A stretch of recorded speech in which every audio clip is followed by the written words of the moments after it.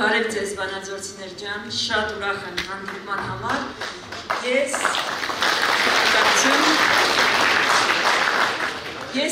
երեք կետի եմ ուզում իսկապես շատ կարճ անդրադառնալ։ Մենք անընդհատ ասում ենք, որ Հայաստանում չկա պատերազմ կամ խաղաղություն բանավեճ, որովհետև երկրորդ կողմը, պատերազմի կողմը չկա։ Ասում ենք, որ չկա պատերազմի կուսակցություն, բայց ես վերջերս հասկացա, որ սխալ ենք ասում։ Հայաստանում իրականում կա պատերազմի կուսակցություն, այդ պատերազմի կուսակցությունը իշխող կուսակցությունն է, այդ պատերազմի կուսակցությունը Նիկոլ Փաշինյանի գլխավորած կուսակցությունն է, Հայաստանում կա մի հատ կուսակցություն, ով ասում է, որ Հայաստանի տիրապետության տակ կա ադրբեջանական տարածքներ։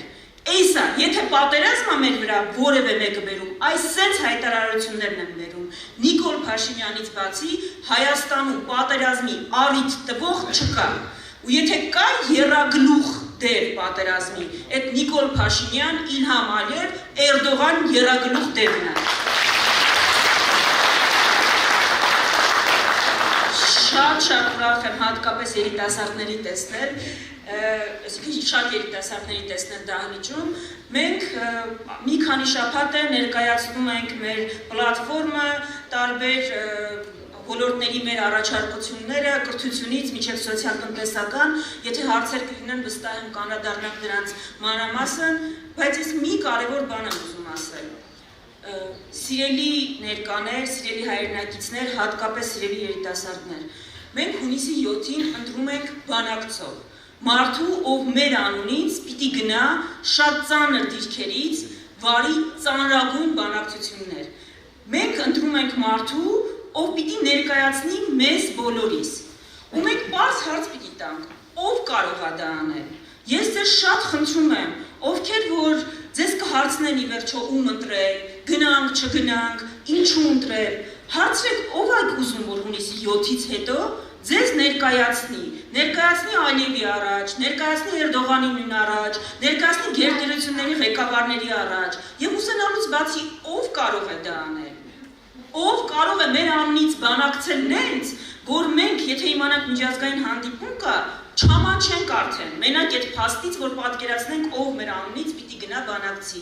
Այսինքն, իսկապես տնտեսական առաջարկների մեջ կա մրցակցություն, ով լավ ենթակառուցվածքներ կսարքի, բայց կա ամենակարևոր հարցը, ով է մեր անունից դժվարագույն դիրքերում բանակցելու։ Ու մեր թիմի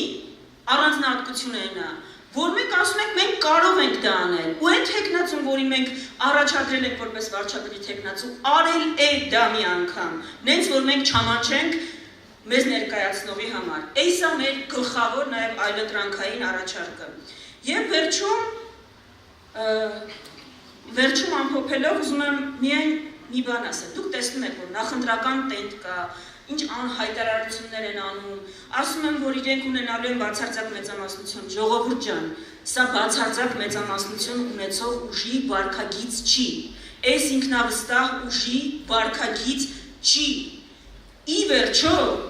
ինքնավստահ ուժը իրենց են չի պահում ու հայտարարություններ չի անում, սեփական ժողովրդին պատերազմով չի սպառնում, դրա համար իրենք էլ շատ լավ գիտեն, որ մենակ ձեր ակտիվ մասնակցությունը, ընտրատեղամաս գնալը, իրենց օգտին չքվեարկելը իրավիճակ է փոխելու։ Ի վերջո, մենք մի պարզ հարցի պիտի հունիսի 7-ին բոլորս պատասխանենք։ Հայաստանում լինելու է Ալիևի սահմանադրություն։ Ալիևը մեր անվտանգության երաշխավորն է։ Մենք ասում ենք ոչ։